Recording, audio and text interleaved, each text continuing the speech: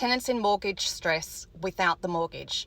This is a media release that grabbed my attention, which was written by the Real Estate Institute of New South Wales. Dated the 9th of October, new analysis by the Real Estate Institute of New South Wales reveals an alarming scenario for Sydney renters, with the average tenant in Australia's most expensive rental market now experiencing mortgage stress, but without the mortgage. Totality's latest quarterly rental review shows the median rent in Sydney has now hit $807 per week, up 1.5% for the quarter.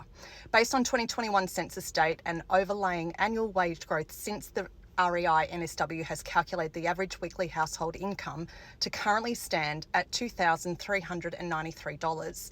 The cost of rent is therefore 33.7% of average household income.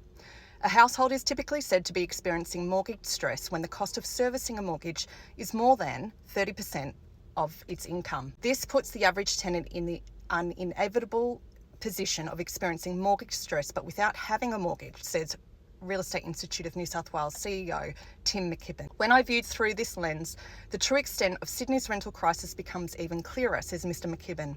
The rental crisis is apparent in the huge queues of hopeful tenants who line up each week in the hope of securing a home. It's also apparent in the proportion of income tenants who are lucky enough to have a home must spend on rent. Tenants on average must commit over a third of their income to keep a roof over their head.